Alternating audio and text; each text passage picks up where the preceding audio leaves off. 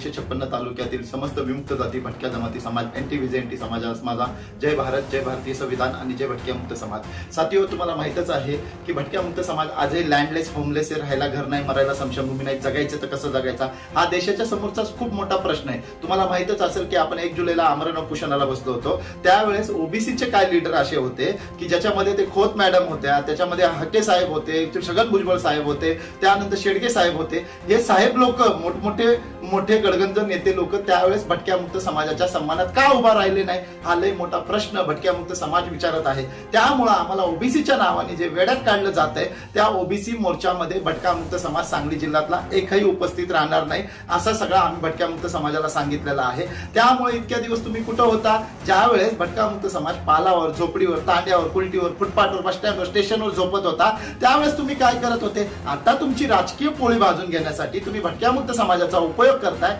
ही लई मोठी शोकांतिका महाराष्ट्रामध्ये निर्माण होत आहे, कारण की तुम्हाला मोठमोठे पद घ्यायचे, तुम्हाला मोठमोठ्या पक्षामध्ये जायचे। आदरणीय ते खोत मॅडम जे बीजेपी मध्येच आहे आणि सरकार त्यांचंच असून तुम्ही काय आम्हाला वेड्यात काढण्याचा प्रयत्न करता? नेमकं काय सांगायचं तुम्हाला भटक्या मुक्तांना? मी तुम्हाला मागच्या वेळेस सांगितलं होतं की भटक्या मुक्त समाजाला वेड्यात काढणं हे बंद केलं पाहिजे। तुम्ही भटक्या मुक्त समाजाला वेड्यात काढताय। तुम्ही काय लावलंय हे? अहो, तुम्ही आमचा वेगवेगळ्या जातींसोबत भांडण लावण्याचं काम करताय। त्यामुळे आम्हाला हे कदापि मान्य नाही।